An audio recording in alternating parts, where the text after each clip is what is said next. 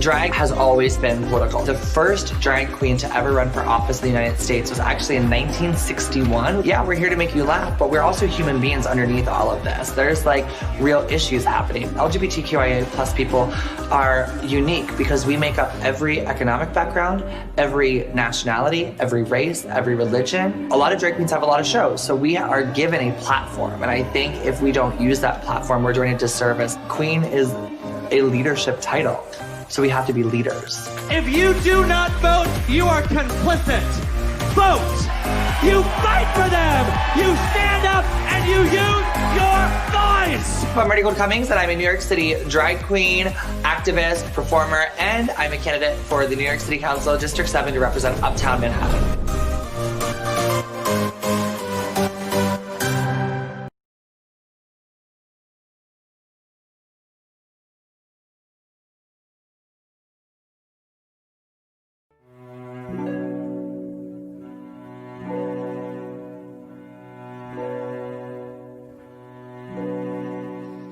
I shall marry the miller's son, pin my hat on a nice piece of property, Friday nights for a bit of fun, we'll go dancing.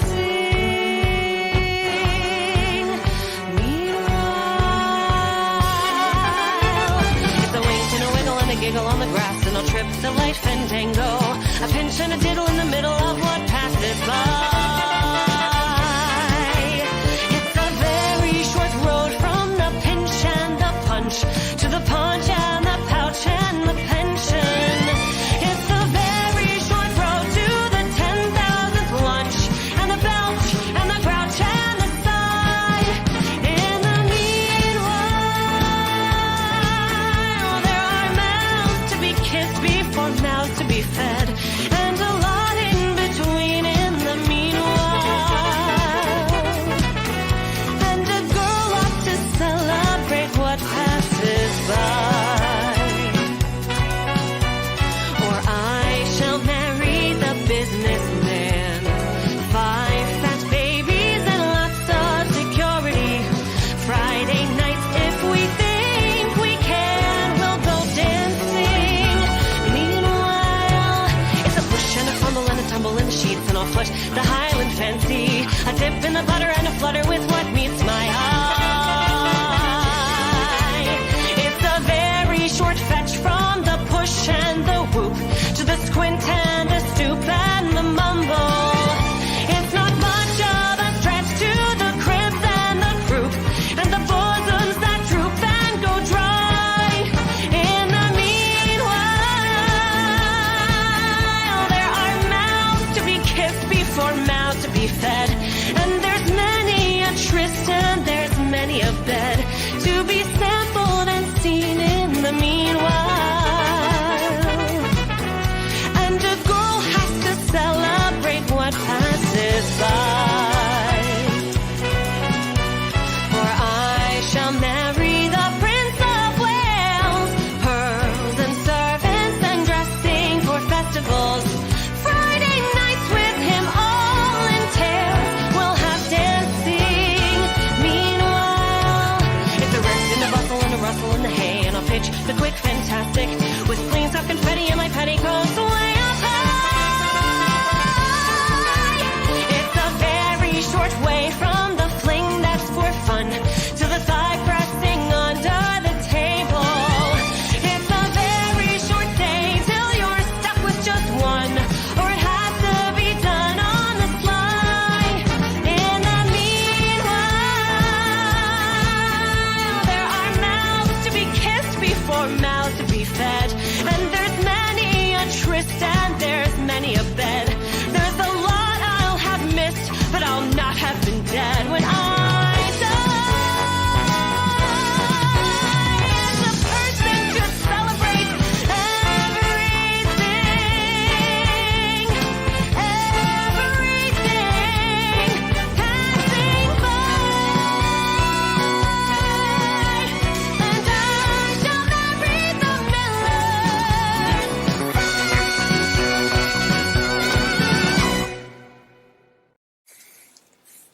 thank you so much for joining us tonight for this conversation with New York City Council candidate in District 7, Marti Gould Allen-Cummings and Peppermint. My name is Joshua Hink. And I'm Scott Wasserman. Joshua and I created the album Losing My Mind, a Sondheim Disco Fever Dream, and we are thrilled to partner with Broadway Records to bring you tonight's event. Tonight's conversation will be an opportunity for Marti to share their vision for the future of our city. And you just saw Bambi's performance of The Miller's Son. Stay tuned for another special never-before-seen performance. As a non-binary person and drag activist, Marti is building upon the foundation of political resistance begun by figures such as Marsha P. Johnson, Sylvia Rivera, and Jose Sarria. We are so excited to be supporting Marti's historic campaign for New York City Council and that we can continue to use our album to lift up the voices of the LGBTQ community. We need LGBTQ plus voices in office fighting for our rights.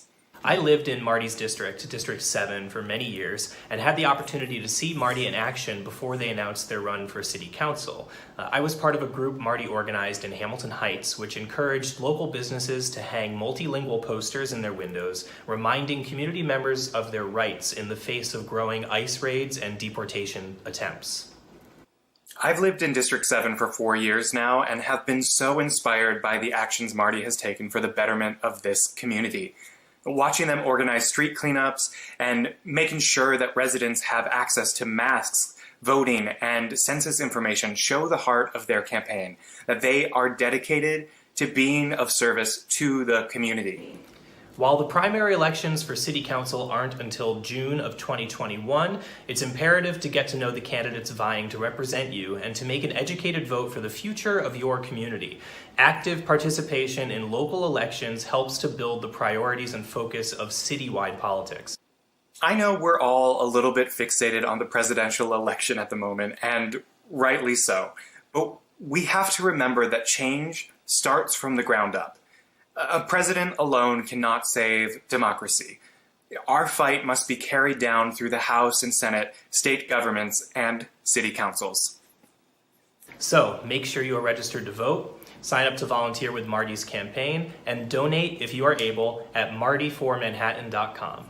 Remember, New York City residents' donations are matched 8-1, giving us more of a say with our dollars and holding politicians accountable. Some of the performers from our album will be back at the end of the conversation to remind you how to join Marti's movement.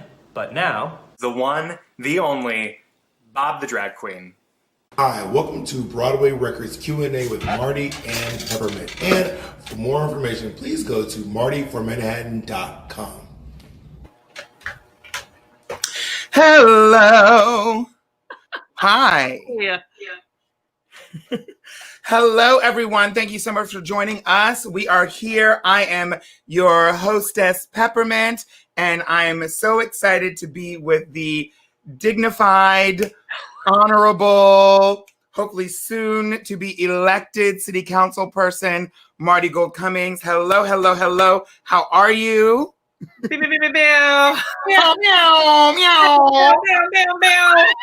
Oh my God, girl. I am so good. I'm so grateful to be here with you. And thank you so much to Broadway Records for putting this on, and to Bambi for that amazing music video from the Sondheim Disco album. And thank you, Bob. And of course, Peppermint. Like I always tell people, like, one of the reasons I started doing drag was because of you. It was like you and Sherry Vine were like my inspirations for starting drag. So I'm super honored to have you, not only as a friend and my girlfriend, but to be here tonight. So thank you.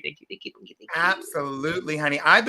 We've been talking we've known each other for years, obviously. And so figuring out, I have been sitting in my living room for the past couple of 6 months, figuring out, like, how is it that I can really engage, like, I'm happy to like repost things with you, for you or about you, or, giving people, helping share your information about you with my platform so that people can just get to see how much of a trailblazer you are. And that's a given.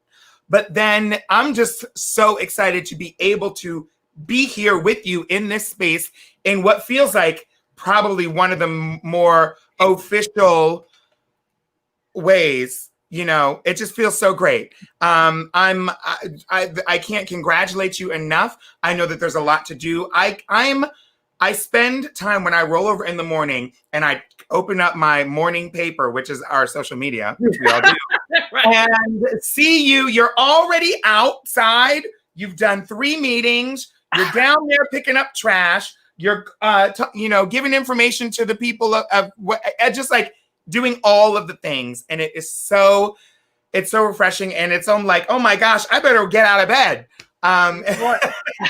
Thanks. Everybody has, it's like you said, like the last 6 months we've been home in this quarantine, dealing with the COVID-19 pandemic and people in our industry being out of work, restaurants being closed down, people not knowing where they're going to get their next check from or how they're going to pay their rent. Things are really issues that we launched our campaign on are being exacerbated at, like really elevated levels now. That there's a housing crisis. There's a crisis of people experiencing not just income insecurity, but food insecurity. This is showing New York City is one of the most segregated school systems in the country. And it's really showing now when we have remote learning and not every student has access to Wi-Fi or tablets or an opportunity, an equal opportunity to learn. So these issues are really being highlighted in new ways. And I am super grateful, like I said, for your support. And one of the interesting things is like drag taught me so much about politics and activism. Like a lot of people are like, oh, you do drag for a living. How are you prepared to be an elected? But you and I know this, the unique thing about drag is like, we are taught how to community organize, how to rally people together, how to communicate with people from all walks of life, bringing people together. And drag artists are people who oftentimes have been, at the front of the movement along with our trans community, and I always highlight the first drag artist to ever run for office was Jose Seria in 1961, years before the Stonewall uprising and riots, so drag has always been a part of politics. And I think it's important to highlight, like, I'm not just, running to represent drag queens and non-binary people and queer people. I'm running to represent the 140,000 plus people of District 7. And in addition to that, the 9 million plus people of New York City, because the system that we have is not working. It's not working, especially in New York. We're a city that is the rich are getting richer and the poor are getting poorer. So, let's talk about that for a second. Let's talk about that for 1 second. And by the way, I know we jumped right in. Obviously, anyone who's watching this right now, this is a great opportunity for us to get to know Marti, the candidate. And I, like I said, I've known you for years, but I'm just this conversation, we're going to go there and figure out everything we need to know about why we should vote for you. Okay, so I was going to ask you, you kind of answered like why you're running now and what got you kind of the background for a lot of people, what got you started, and what made you so active in the community. But I do want to just fill in the blank a little bit. I want to come back to this rich getting richer in New York City point. But to backpedal a little bit, what was it? People know that you've done or still are part of nightlife. Was it, hey, I'm in the disco and then next week I'm running for city council? Or was there an incline? How did you approach this? What got you thinking, okay, maybe I should run? Like, what was that? Sure. I, my first kind of like dive into the political world, I guess, was many, many years ago. My ex was linked up with the Ali Fournier Center. I mean, I'm 33 now, and this was probably when I was like 19 or 20 years old. He was doing something with the Ali Fournier Center for homeless LGBTQIA plus youth. And I became friends with Will Fisher, who worked there at the time, whose drag mother was Linda Simpson. And this is when I first started dabbling in drag, the iconic Linda Simpson, and yes, and so I with her this weekend.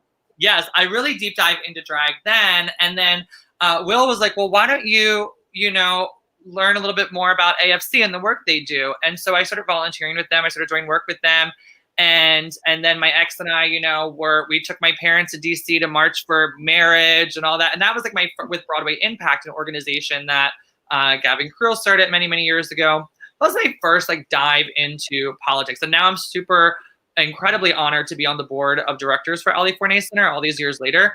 But with all that being said, I'm super grateful to work with these organizations, to have had that learning about drag and politics. But like a lot of millennials, I was very naive to, oh, I live in New York. It's okay if I miss an election day. It's not a big, but the reality is every election matters. And so 2016 was a huge wake-up call of like, just because you live in New York, just because you live in California or blue state doesn't mean you're safe. There's so many things that happen, not just on the federal level, but the state and the local level. And it was a big wake-up call for me where I was like, you know what, we have to be out there every single election. And it was a wake-up call for me to say, you know what, for whatever reason, the universe has given me a drag career that people are paying attention to.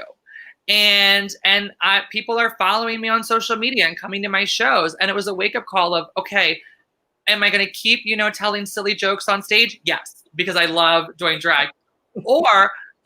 And am I also going to use this as an opportunity to help other people like myself learn and grow and be educated on the issues? Because I certainly wasn't educated on everything, but I've tried to show up and listen and learn about what's going on. And through that, I started a political club that got rid of the oldest political club in one of the oldest political clubs in the state of New York. I was appointed to the Nightlife Council, which I served a 2-year term. And then I was appointed to the community board, which I still serve on the Senior Issues Committee.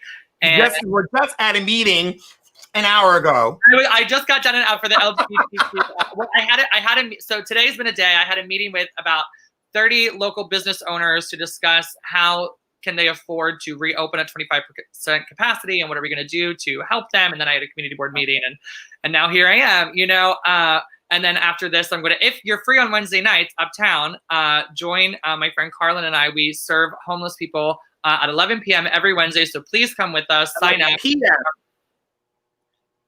11 p.m. 11 p.m. Yeah. So come and help us. But anyway, so it was kind of like you said, like a kind of a rise to, okay, well, what's next? And I really I prayed a lot and meditated and I talked to my husband and I was like, what's next? Do I continue advocating and using my drag as a platform, or do I try to throw my hat in the ring to be the person that makes laws and legislation to impact our city in a new way? And after learning the statistic of out of every elected official, there's 500,000 electeds in the entire country, from the lowest level of government to the White House. There's 500,000 people who hold elected office. Out of those 500,000 people, under 800 of them identify as LGBTQIA+, under 20 identify as transgender, and only 8 identify as non-binary. So we need 22,000 more queer electeds to even have a semblance of equal representation at the table. And so I'm super honored to be a drag artist running and a non-binary person running. And I would be the first non-binary city council member in the city of New York. But like I said earlier, I'm not just running to represent queer people. District 7 goes from 96th Street to 165th. It is an incredibly diverse, expansive district full of so many beautiful people. And yes, honey, from different backgrounds. So I'm here to show up, listen, do the work, and hopefully get elected to make laws to help everybody in this district, whether you're documented or not, whether you vote for me or not. I'm going to put in the work to help you and your family. Okay, so let's jump into this. New York City, we've all been here for years. And excuse me while I put on lip gloss while we talk. We've all been here for years. And I think one of the things that enables somebody like us, meaning us, a person who lives in New York, to stay in New York, is you kind of get this thick skin, you bust your ass, you go to work, you work 10 jobs if you need to, and you deal with it. And there's all this stuff that the city throws at you. It's a hard place to live. I know that there's been all these articles lately that have incensed me, talking about people, New York City is hemorrhaging people. And I know that there's some truth to a lot of people moving. There's certainly a lot more people that I personally know who've left the city. Here we are. There are and have been historically a lot of issues with this city, corruption, and starting with corruption and ending with every other problem. That's not unique, as probably this something in every city. But here we are in a situation where I think we might be at a little bit of either an impasse or a fork in the road after COVID-19 and the devastation that it's leveled on our city, with so many people dying and having been sick and being out of work and all of the factors that you had mentioned. Is there a new way that we can connect with the city as working class people, for those who are working class people who may even be in your district? Because I think that there is a new way that we can connect with this city and organize and take to ownership of this city in a way that 3, 4, 5 years ago, I was just like, I'm going to clock into work and hopefully I'll have enough money for rent and I'll do that every day until the day I die. Like, it's got to be a different existence than that. And so I'm inspired by what you're doing and how you've been talking about doing something about what's happening to our city and the opportunities that we might have now that we didn't have. Can you talk a little bit about that? Yeah, I mean, obviously this crisis is a crisis, you know, it's a housing crisis, food insecurity crisis, a crisis of people experiencing homelessness at astronomical, you know, levels and rates. So these are small businesses shutting down. Many of the venues that we've worked at, not able to survive. So these are very real problems, you know, people moving out of the city.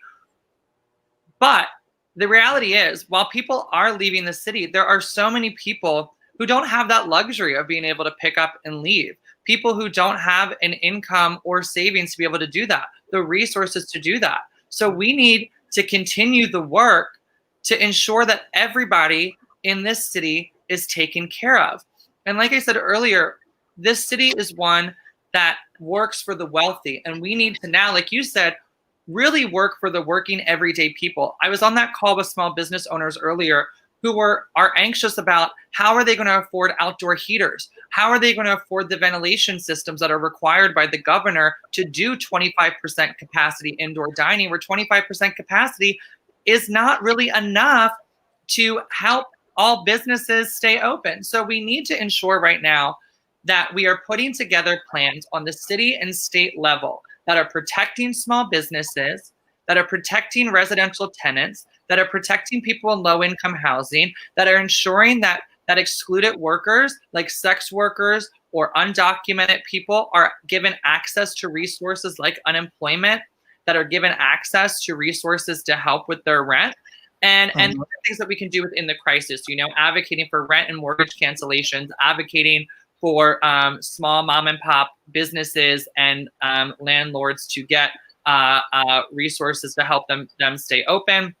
But the plus side is we can take this crisis and use it to our advantage to really make this city one for the working people. I hate these articles that say New York is dead. New York is not dead.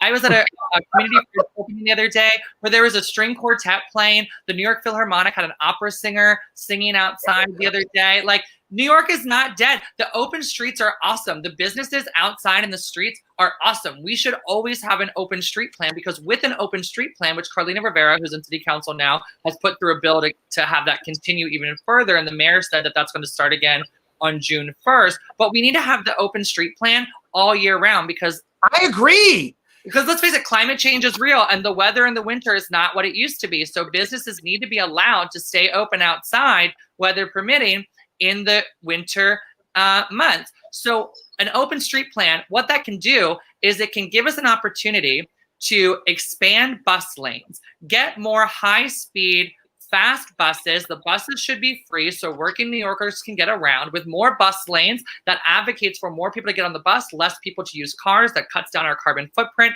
expand bike lanes, expand pedestrian lanes. And while we are doing this, we need to ensure that there's access on our mass transit for people who are disabled, who are not able to get on the subway because the subway system does not have accessibility for a lot of people. So we have an opportunity to expand the streets and make this a city for all people. I think that is something that is, you hit the nail right on the head, because one thing that happened for sure, and there have been plenty of problems, and I'm sure if there's someone to blame, there's plenty of blame to go around. However, this city, and probably other parts of the country as well, you know, there was a lot of things that had to stop during the beginning of the pandemic and throughout, and some still are. And one thing that happened is this city became much more efficient than it ever was. And I think that a lot of those things, like you're saying, should stay in. But it's not about what I think. But these are things that should stay because it makes our city, we see these beautiful structures that small businesses, they've had to spend thousands of dollars out of their own pocket to make these structures on the street. They should be allowed to keep them. It builds more community. It makes the neighborhoods more neighborhoody. And for so many years, we've been struggling with vacant storefronts, neighborhoods being taken over by corporate box spaces. And this is an opportunity for small business to thrive, but we have to have a mayor and a city council and a state government that allows that to happen. And that's why local elections matter, because that's where these laws and rules are put into place. So yeah, I love it. I love this community that we live in District 7, because to me it's one of the last places in Manhattan that really is mom and pop businesses. It feels small. Yeah. I want to ask you really quickly, just on that point that you just made about local elections mattering, and a lot of the points that you made are things that are more through the lens of a person who lives in the city during a pandemic or during COVID. Can you extrapolate a little bit on like why does it really even make a difference? I know most people still, even after people being able to hear you speak so eloquently about New York City and what we should keep and how we should, everything you've said so far, are still probably only focused on one race, one political race, in one date and one election and one office, president. And I think, it's obvious. Yeah. And so how can you just talk a little bit about, just give us a little bit, you don't have to explain the entire system to everybody, but just give us a little bit about why the local elections, other reasons, other services, other things that make a city run, and why these elections matter, and why should people really consider themselves, as you did, getting into electoral politics? Yeah, local elections matter because, take for example, we just had a budget vote in the New York City Council, which a lot of people, just a couple of weeks ago may remember.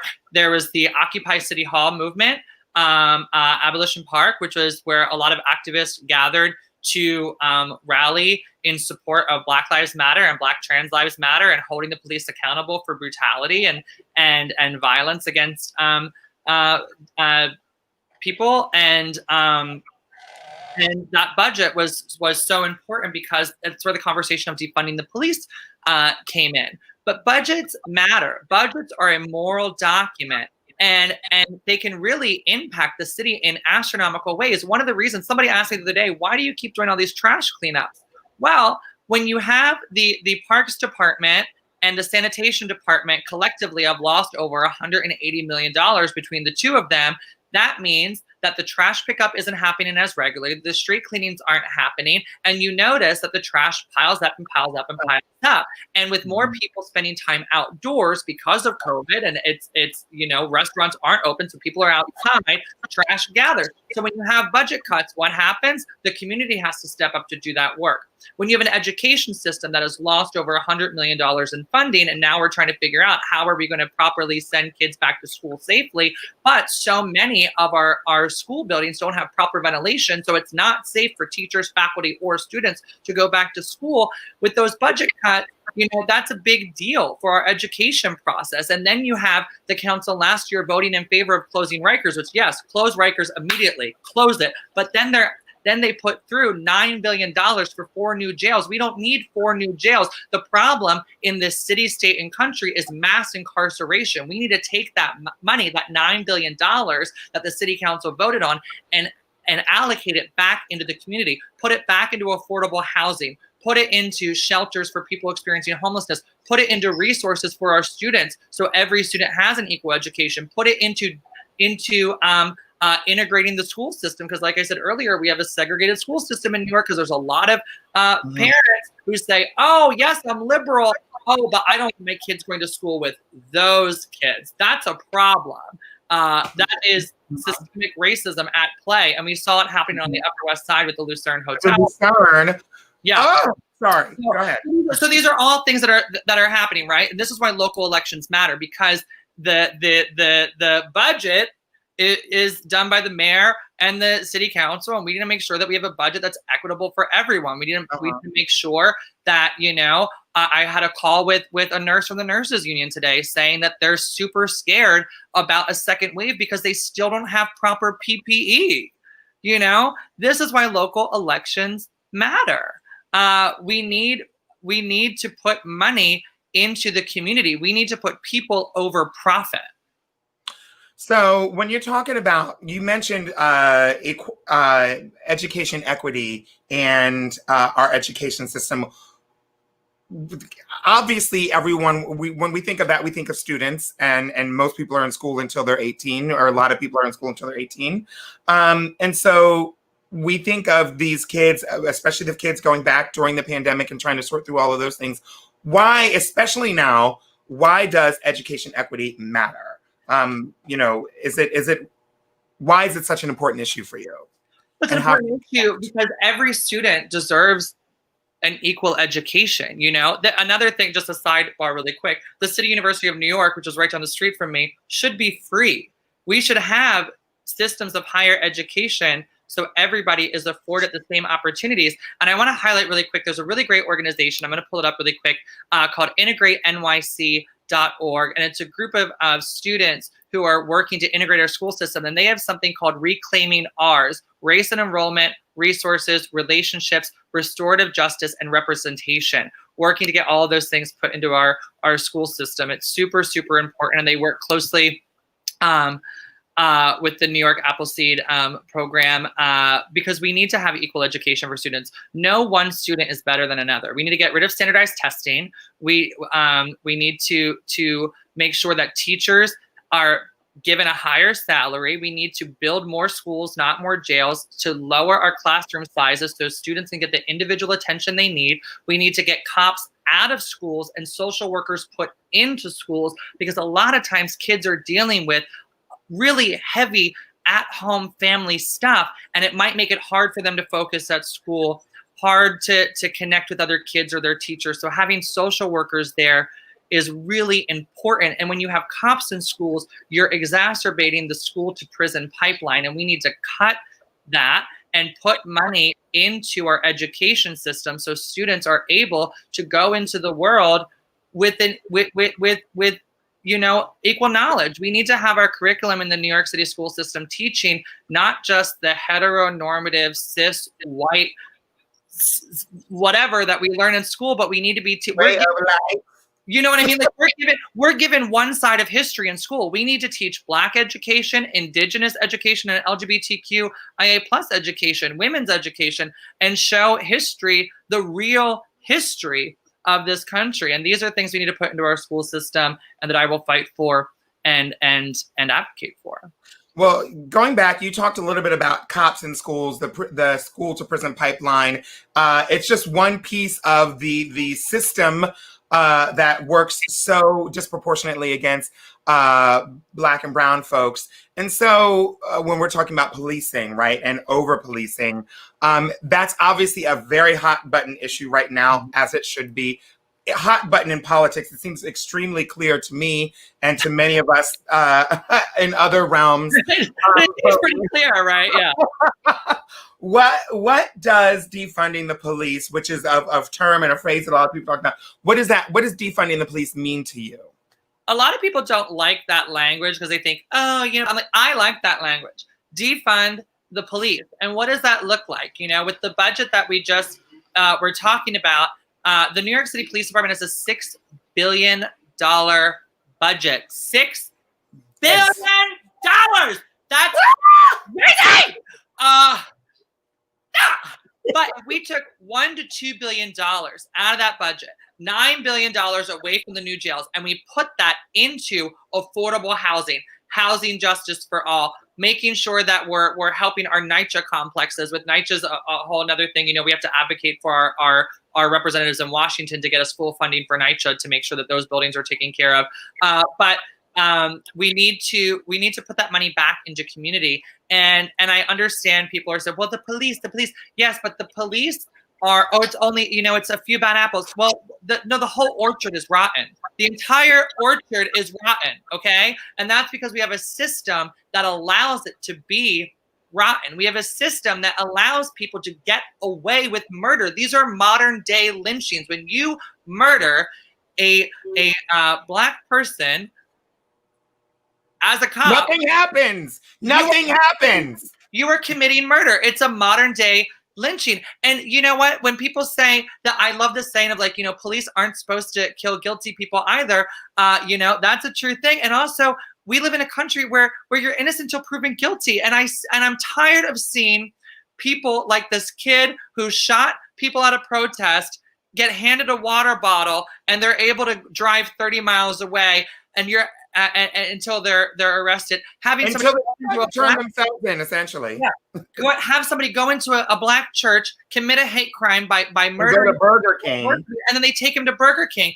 The system is racist. Commissioner Shea needs to resign. The head of the SBA, Ed Mullins, needs to resign. The mayor needs to resign. And we need to hold our council members accountable and say, listen, I know this is a hard decision to make. I know that the whole world is watching, but do the right thing. Take that money and put it back into the resources we're talking about, so we can integrate our school system so kids have an equal education, so we can ensure people are provided health care, and that our nurses who I talked to today have PPE, so that we can fund our parks and sanitation so the community members don't have to step up and do the job that the city is supposed to do. Put that money so we can have free buses so people can get around the city, to have green buses so we eliminate our carbon footprint, so that we have solar panels on all new buildings, that every roof in the city is painted white to help with the sun rays to ease cooling in buildings, to cut down our carbon footprint. There's so many resources this money can go to. And in addition to that, advocating for our legislators in Albany to tax the wealthy and put a pied-à-terre tax so the wealthy pay their fair share.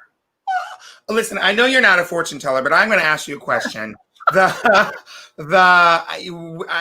get the importance of sort of from the grassroots and sort of working from the bottom up when it comes to the defund the police movement and these ideals that I think are ever changing and ever shifting during this conversation, which I think they should be. A lot of that I think has to do with,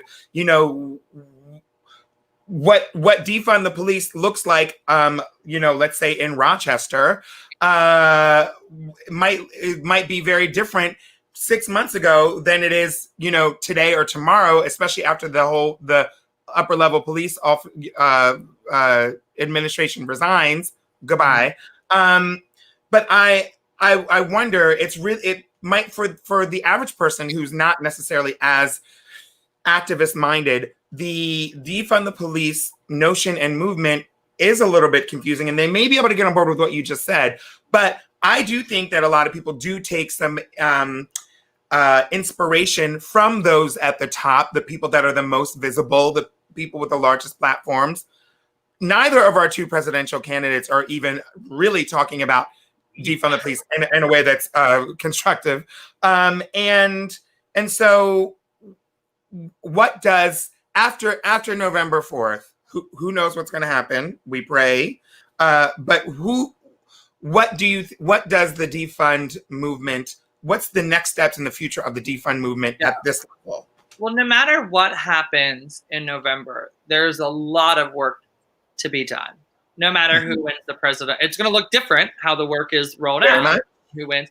But I think a conversation that's important within the defund the police conversation is a lot of there was this little boy who's just the other day I read in the paper, this little boy, I can't remember where it was, but his mother called because of a mental health issue that was going on, and the police shot him. There was a mother that I met at a rally a couple of weeks ago who was talking about how she called the police, this is several years ago, but she was sharing her story, called the police because her son was having a mental health episode, and the police killed him.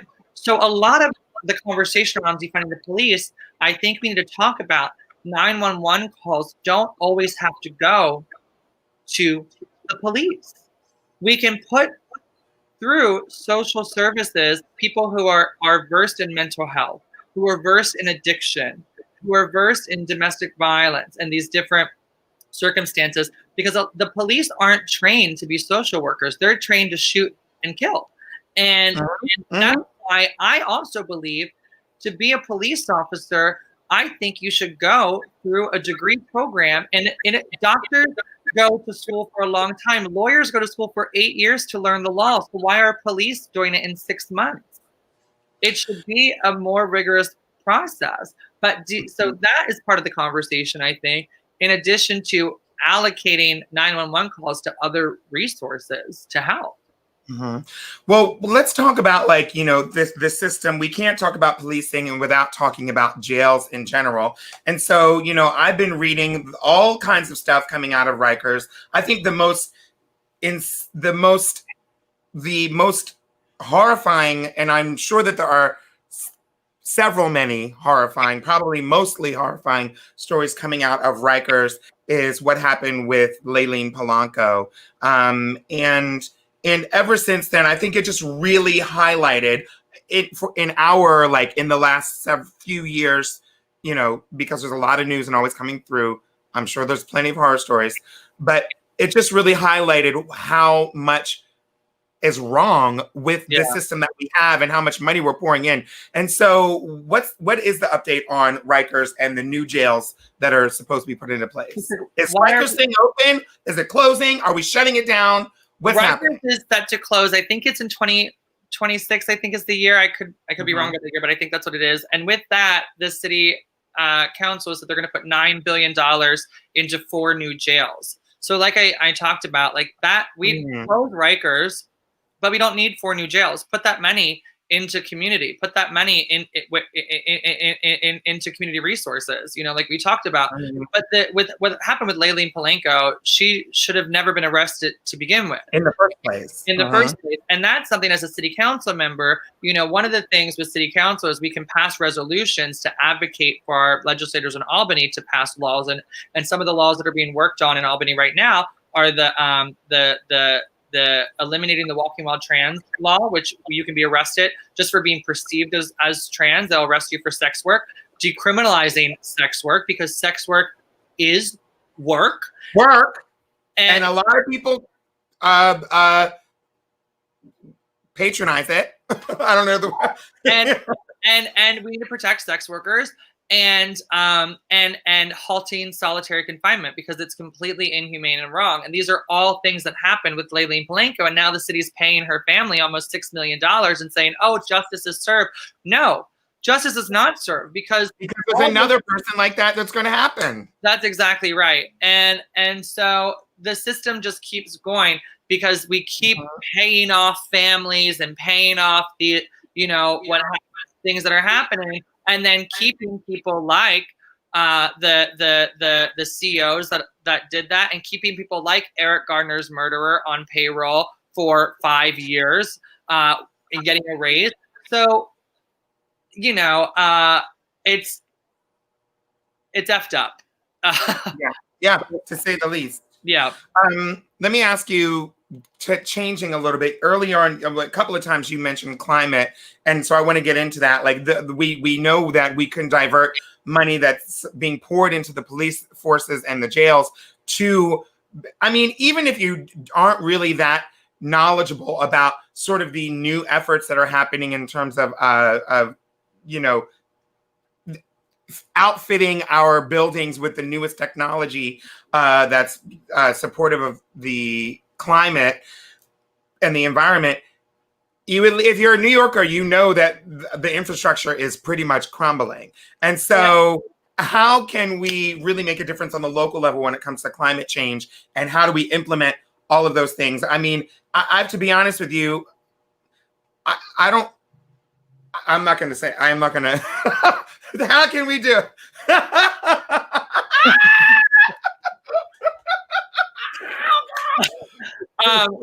well, the governor really screwed up, and I'll tell you why. Because the MTA is controlled in Albany, and the governor shut down the subways from 1 a.m. until like 5 a.m., I think, and they're still shut down. They need to reopen them. But he had a great opportunity to fix the subways while they were closed during COVID, fix all these problems. Didn't happen. He had a great opportunity to work on that and didn't happen. And that could have helped put in structures in the subway that can help when we have another superstorm like Hurricane Sandy that happened all those years ago. And so many places in the city that were impacted by Hurricane Sandy still haven't been built back up because that money goes to other places instead of where it needs to go. There's talk of putting the seawall around downtown, but the reality is the places that are going to be most impacted by climate change are low-income housing complexes that lie along our waterways and our riverways in New York. These are the places that are going to flood first, that are going to be impacted the most. So we need to put that money into these communities to combat climate change from there. Environmental justice starts on the local level, and it starts by more bus lanes to eliminate the use of cars, by having our waterways protected and a seawall, not just around the financial district. Let's protect people, not property, let's build it around where people's homes are, by really refurbishing NYCHA buildings so that they're taken care of through this.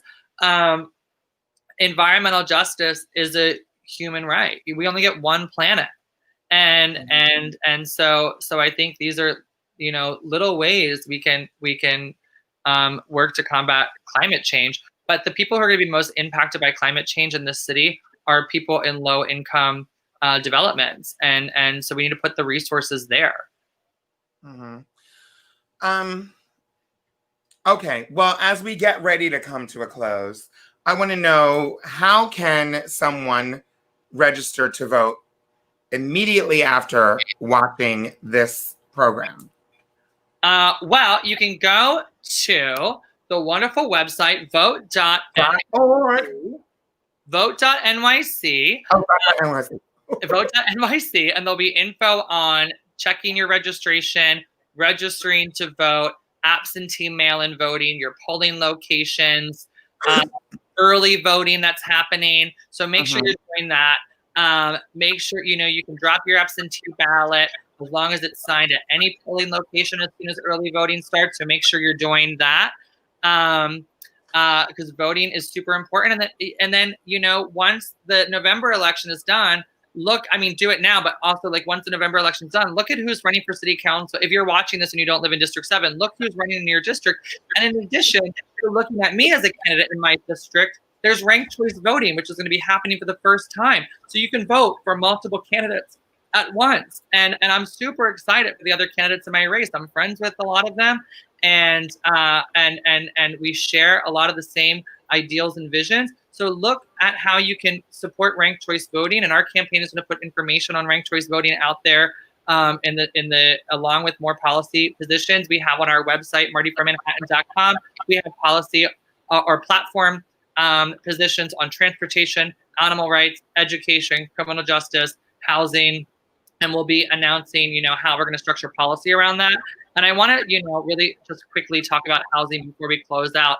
Housing justice for all is a huge issue, and we need to hold developers accountable. We need to make sure that affordability standards actually are designed around the community instead of arbitrary standards, and make sure that the community is at the table when development decisions are being made, and making sure that they're actively engaged in the process. We need to listen to members of our community and not big, rich developers. Look at what happened. The money that was put into Hudson Yards was supposed to be money that went into the Harlem community.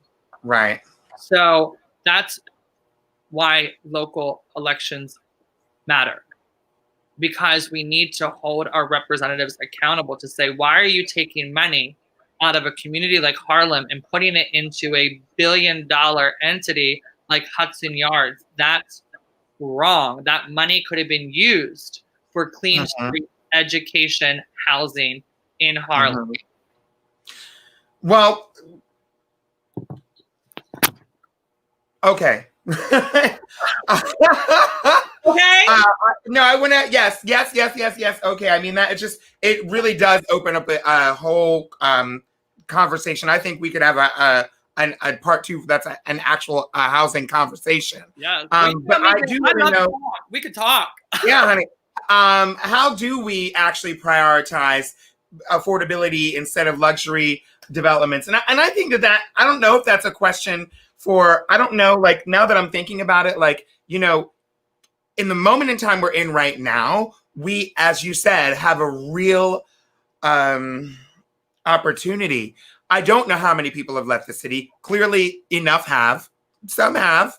There's also a lot of people we're reading with what happened with Lucerne and with what our city did with putting people who are experiencing homelessness into some of these apartments that were empty, some of these hotels and things like that, which I think was a great idea. I personally think that was a great idea when it comes to keeping people safe and off the street and spreading people out and all of those things. But does New York City really need to be the place that, you know, I'm sorry, stands on the backs and bodies of all of these people who can barely afford to live here, just so that people can have a higher apartment and feel, and it's not even their primary living. Well, that's it's not even their primary residence. Yeah, that's why we need to advocate for a pied-à-terre tax in Albany. You know, that's something that will happen in Albany, and tax them, tax the rich. Mm-hmm. But you know, in addition to that, you know, we talked about earlier, you know, there are people leaving the city, but the reality is there's so many people, particularly, you know, districts like mine, District 7, we have 5 NYCHA complexes. We have a lot of people from immigrant backgrounds here. They don't have the resources to just get up and move to their country house or to buy a house or to move home, you know, with their families. This is where they live. And so we need to prioritize the working people of this city.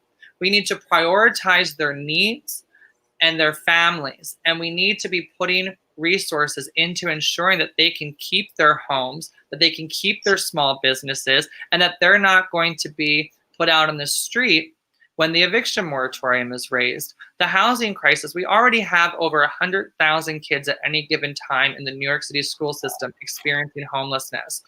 We are in a housing crisis, and we have enough rooms in this city to house everyone, which is why we need to have an equitable budget that puts people, whether it's in a hotel like the Lucerne or a transitional apartment or a permanent apartment, we can maybe redesign office buildings that are no longer going to be used into affordable housing units. And one of the things, I want to highlight this really quick. One of the thing, you know, we talked about the money for new jails. I know we keep talking about that, but it's a lot of money that's going to something that shouldn't. But one of the things we can do to help people is, instead of, I look at this, I'm a recovering drug addict, an alcoholic. And I always tell people, you don't jail somebody because they have diabetes or cancer. So why do you jail somebody for addiction? We can be putting resources into helping people get rehabilitation, help people with job training and vocational training, or if they want to go to college, have CUNY as an option. It should be free. And then work with our small businesses to hire locally people who have gone through these programs. And that way, we're cutting the prison pipeline. We're putting money back into helping people, which helps, you know, the community at large. You know, these are ways that we can do this. So we have a lot of work to do, but it's going to start with not just this November, but voting. And there's 51 city council members, and 35 of those seats are term limited. So there's going to be 35 brand new council members, if not more, if other people are retire or are voted out. So this is a unique opportunity to have a brand new legislative body, a new mayor, a new comptroller, new borough presidents, new DAs. Look at who's running for DA. This is a great opportunity to have a whole new governing body in New York City. And it's going to take a lot of work, but I believe we can do it. Tomorrow, I'm going to be at a call with Carlos Menchacos, council member from Sunset Park, to talk about the industry rezoning there, which is morally bankrupt. They're going to be rezoning, which is going to take away from local businesses. It's going to take away from residents. We need to have council members who stand up and say no to developers and yes to the people of the community. Well, there you have it, everyone. Listen, if you're watching this right now, you probably found this on social media. I want to make sure that you, number one, first go follow Marti G. Cummings, Marti Gould Cummings, at Marti G. Cummings. That's on Instagram. Is that also your Twitter? Yeah. Yeah, both the same, Marti G. Cummings. And so make sure you follow Marti G. Cummings, and then go, if you live in New York, please, just even if you're not in Marti's district, just go and visit Marti's website and learn a little bit about what they are, more about what they're talking about, and because this train of thought is probably something that you can implement in your district as well. And then find out, go to vote.nyc, make sure you're registered, make sure you know where your polling location is, sign up to be a poll worker, and then get involved in the political process. I want to just encourage everyone to do all of those things. These are the simplest ways you can do all those things you can do tonight. Right. And if you live in New York, contributions are matched 8 to 1 up to $175. So please donate at martiformanhattan.com if you're financially able to. And if you're not able to donate, sign up to volunteer or for our weekly newsletter. Excellent. You are absolutely amazing. I'm so proud of you. I'm so happy and honored to call you a friend. I'm humbled and inspired simultaneously by the way that you speak and how dedicated you are to our community and to just goodness and humanity. And it really, it sounds kind of mushy, but I'm just so impressed with you and so happy to call you a friend. What is the very last thing with leaving here, you want people to know about you? Go. I want people to know I'm in this race because I believe in being of service to others. I believe that's something that drag has taught me. That's something that sobriety has taught me. And I truly believe in being of service to others. My goal is to win this election. But if I happen to not win, the work is not done. We will continue to fight for what's right, for what the morally right thing to do is. And to me, that is fighting for housing justice for all, equal education, environmental justice, healthcare, transportation that is equitable, fighting for our small businesses and our tenants. So no matter the outcome of the 2020 election or the 2021 election, I'm going to be on the street working with you and for you and listening to your interests and needs. I am so excited to be in this race, and I am so excited to be the city council member of District 7 so we can have a city that is equitable for everyone. And if you don't live in District 7, find out who's running in your district. If you don't live in New York City and you're watching this, find out who's running where you live. If you feel like the representation is not representative of you or is not doing the work that will fight for you, sign up to run for office yourself. It is time for politics to be open to everyone, not just people who are in politics. Our legislative bodies need to be representative of the people. There you have it. I am so happy that you all were able to join us here tonight. And Marti, just congratulations on everything you've done so far. I'm in it for the long haul. I will be there with you 100%. We will be popping champagne no matter what. I'll be popping champagne. You having some orange juice or ginger ale.